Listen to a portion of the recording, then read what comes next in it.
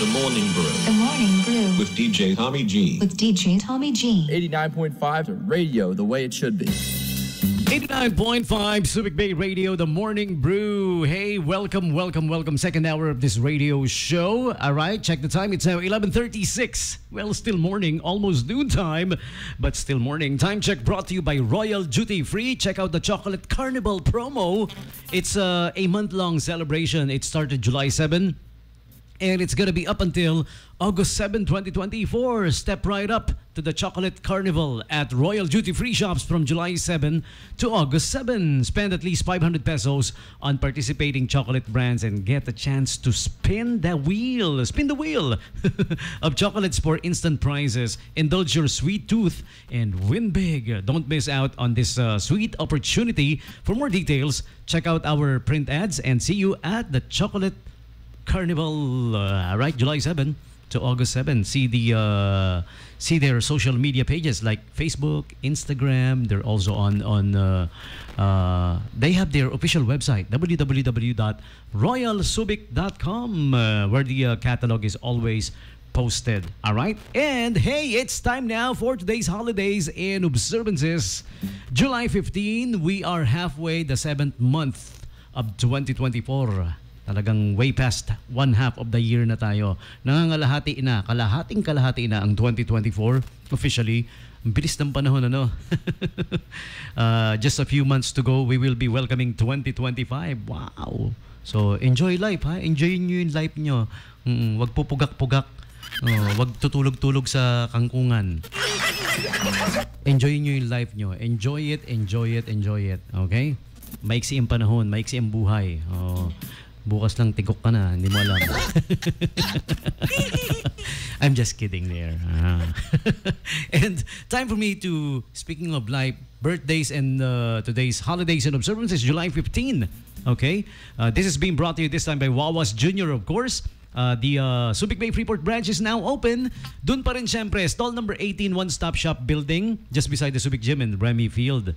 Ayan, okay? Malapit lang.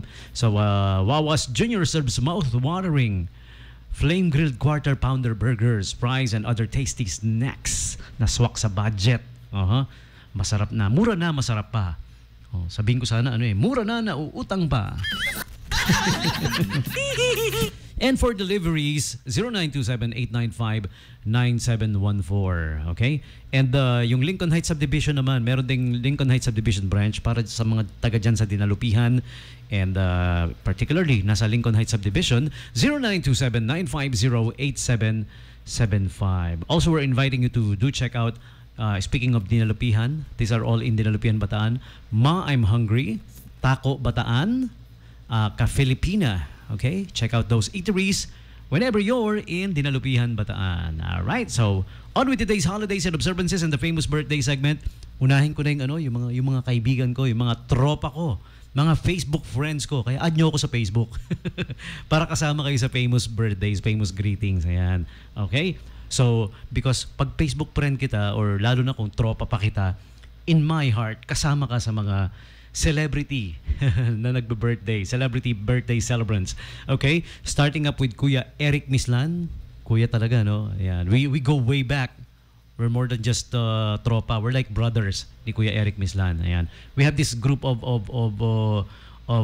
tropas back then in high school that are really, really close. We do lots of crazy stuff, you know. Mga ginagawa usually ng mga when you're young, you're stupid, you know, you do a lot of crazy things. Ayan, kasama ko to doon. Si Brother Eric. Pero noon lang naman yun. Ngayon mababait na kami. Kung kabaitan rin lang, lalo na to si Kuya Eric.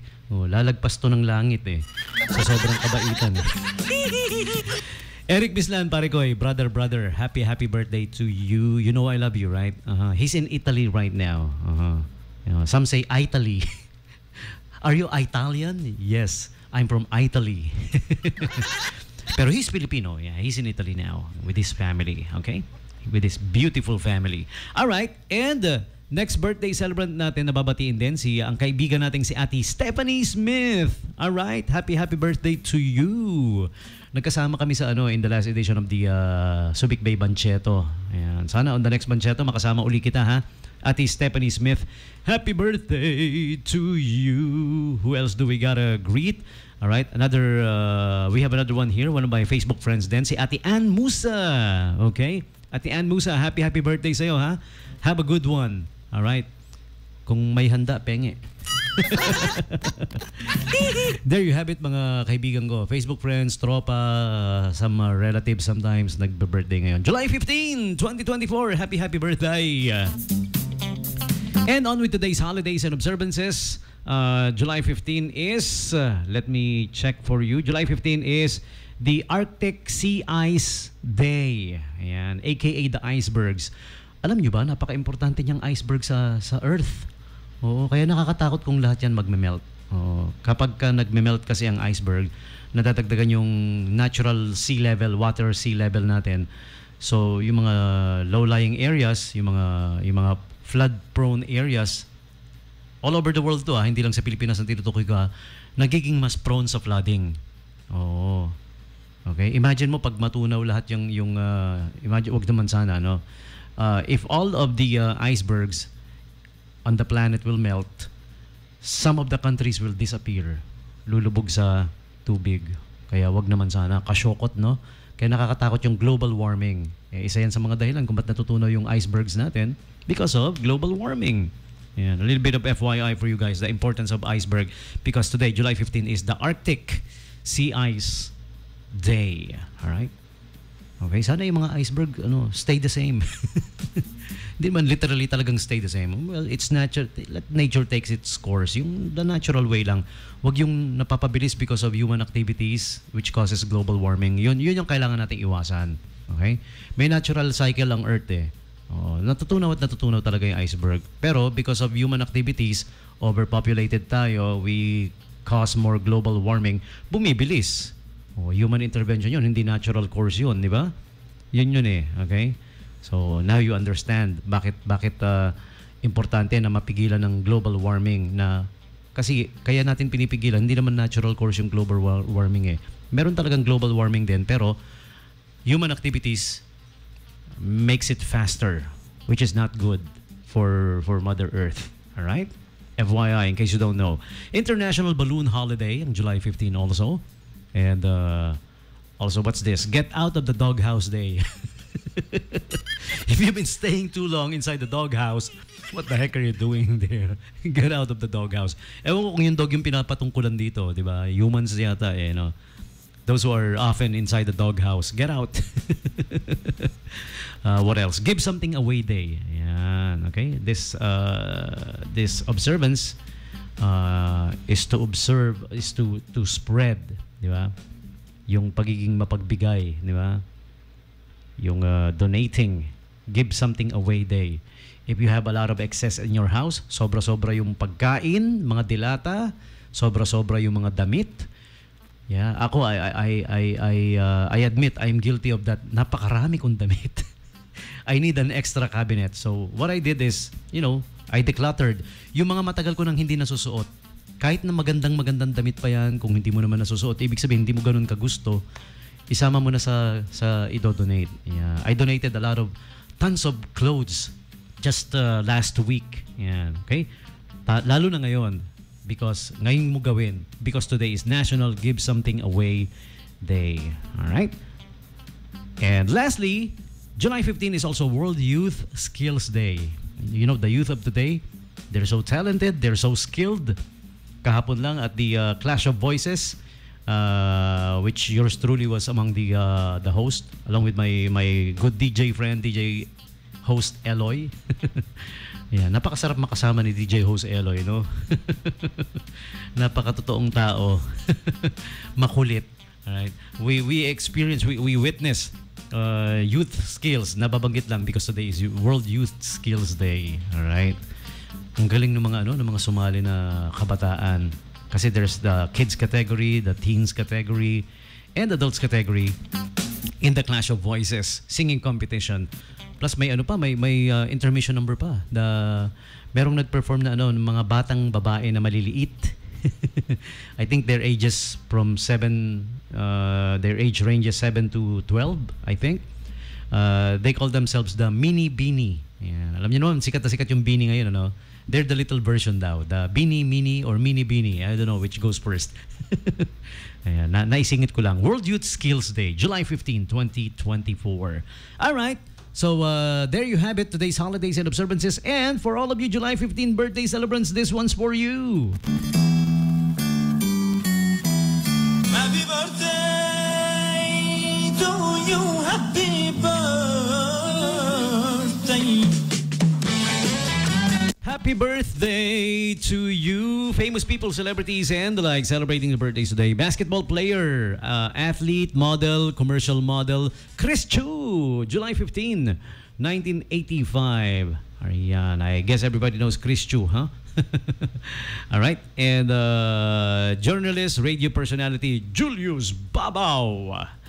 July 15, 1968. Happy birthday, Kuya Julius Babaw. And magaling na singer, also comedian, Kay Brosas.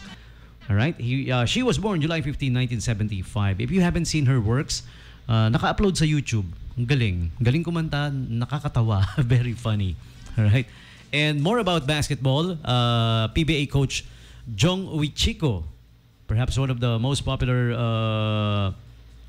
PBA coach, and he was born July 15, 1962. Si Coach Jong Uichiko, okay?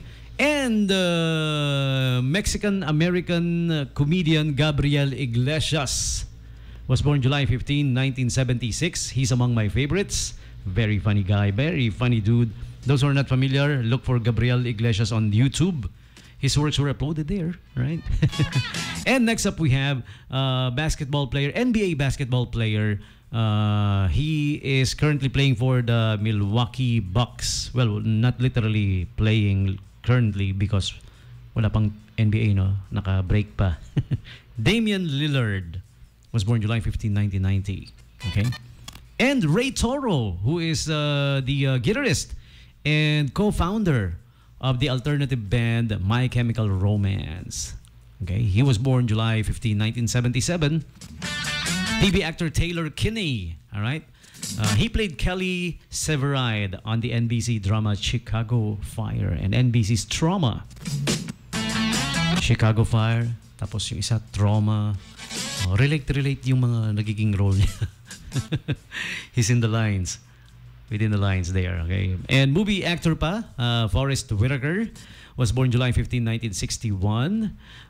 Scott Foley, TV actor also. He was in the movie Felicity and Scandal, the TV series True Blood, okay? July 15, 1972. And lastly, Brian Austin Green. He started in his career in Beverly Hills 90210. Oh, speaking of Beverly Hills 90210, oh, alam niyo naman yung TV show na yan, very iconic yan, guys, especially sa mga batang laking 80s and 90s. The TV show was from the 90s. Si Shannon Doherty, yung gumaganap na Brenda doon, just passed away just yesterday. All right, she has finally succumbed to cancer. All right, she's been long battling cancer, pero yun, finally but on the bright side, no more pain for her, diba? Okay? So, us, kasama ako, Beverly Hills 90210 fans were saddened with the passing of Shannon Doherty. Ayan. Na-mention ko lang kasi si Brian Austin Green, yung nagbe-birthday ngayon, is among the members of the cast of Beverly Hills 90210. Alright? He was just so young back then. Pero today he turns 51 years old. July 15, 1973. Okay, parang kailan lang, no? Nanonood ako noon. Pinaabangan ko every week yung Beverly Hills 90210. Napakasikat, very iconic TV show from the 90s. Alright?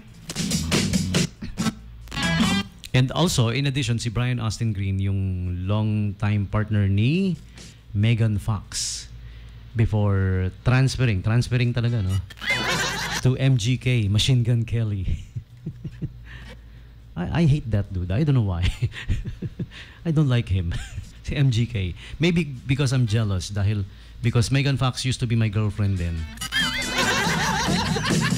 All right, so there you have it, celebrities and the like celebrating the birthdays today. You're sharing your birthdays with them. So, July 15 birthday celebrants, happy birthday to you. Happy birthday to you. Happy birthday to you.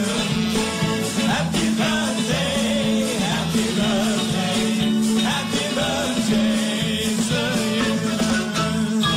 you.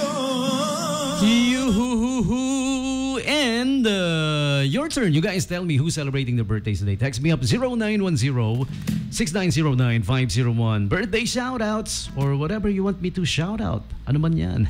Let me know. Text me now 0910-6909-501. For the meantime, giving you this song from the band My Chemical Romance. Their lead guitarist celebrating his birthday today, Mr. Ray Toro. The lead guitarist and founding member, MCR, Bulletproof Heart, 895 Subic Bay Radio.